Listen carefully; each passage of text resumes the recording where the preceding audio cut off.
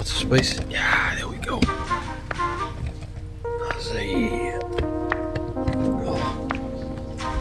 Usually it's so difficult to get into. Huh? Did he close it or? There we go. Nah, sorry, I was just trying to close it. 50.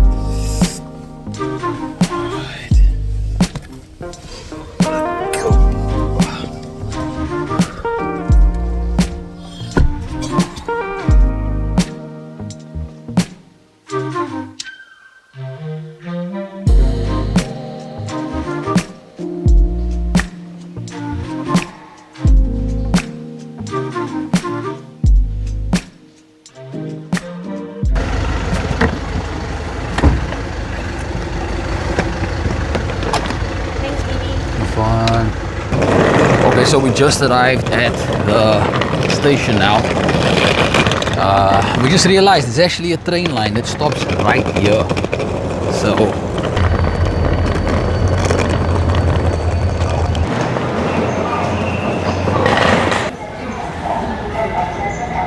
okay, so we just got to the train line now. We are on the tracks. Well, not on the tracks, but we just got to the platform. Platform 9 3/4. They don't have that. But yeah, so we can see this is probably going to be this side. That's going to be the train that we're probably going to be taking. Not this one, but on this track here. On the other side, you have another one there, which is called the SRT. So it's not the same kind of train that we're going to be taking. We are taking the KTX. And what we decided to do is we're taking first class on the first trip going to Seoul, and then economy coming back, so that we can just see what the difference is between the two.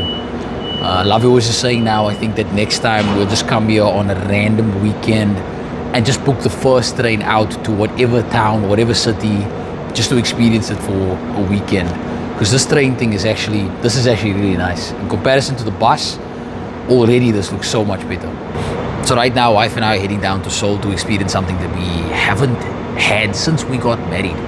And that's to actually celebrate Eid in a way that feels like Eid. We're planning to perform salah at the mosque together, to be around people who share our faith, who might be from very different backgrounds from what we are used to, but nevertheless share our faith. And basically experience Eid in a way that feels familiar, but is also going to be a new experience.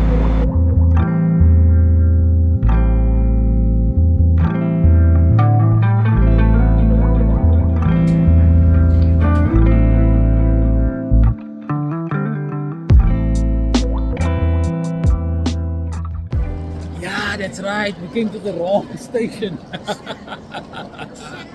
That's what happens when you follow your wife's directions. Before I lose my bag.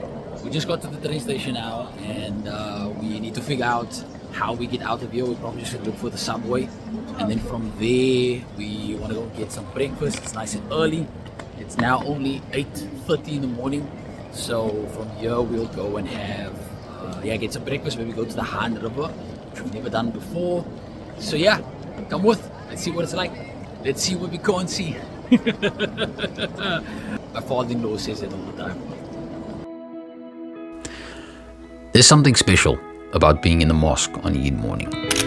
The atmosphere, the takbir, the sense of togetherness.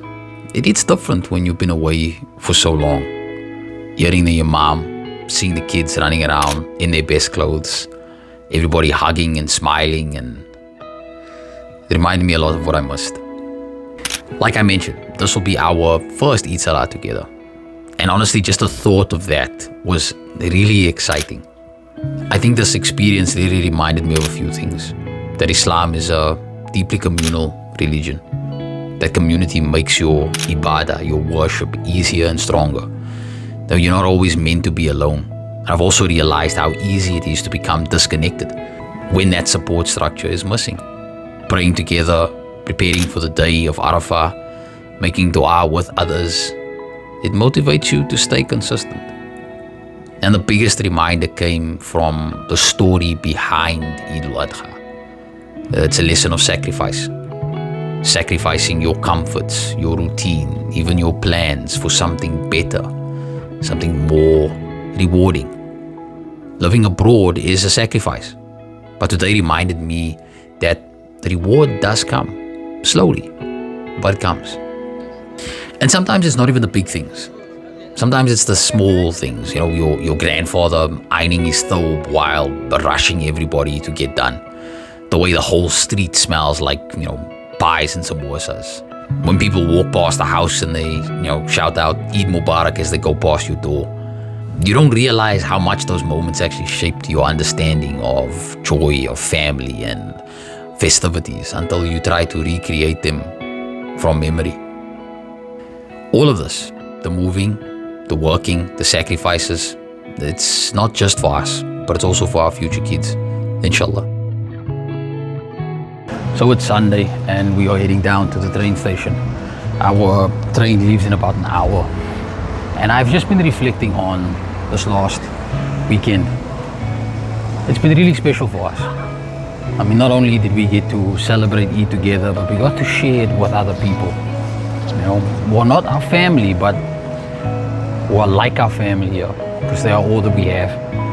And it was really, really nice. I mean, going to have lunch together and sitting around a table with maybe 8 of us, just chatting, laughing, doing the things that you would normally do around the table with family on Eid Day. I remember we were sitting at a cafe and there was a lady who, shame, you could see that she had just maybe come from Eid Salah from the mosque, but she was sitting by herself at a table and she started crying. And I don't know what the situation was, but I remembered what it was like when I lived alone and I couldn't really celebrate. I remember what it was like when I couldn't have my family around me on special days like that. So if anything, this experience has just made me really grateful for where I am right now in my life. So much has changed. And I'm just really happy, really grateful. Anyway, I'll catch you guys in the next video. If you've had to, celebrate Eid away from home, let me know, how do you keep that spirit of Eid alive? And as always, please like the video, comment, don't forget to subscribe to the channel. And if you want to support my content, please consider joining my Patreon. Shukran and Eid Mubarak.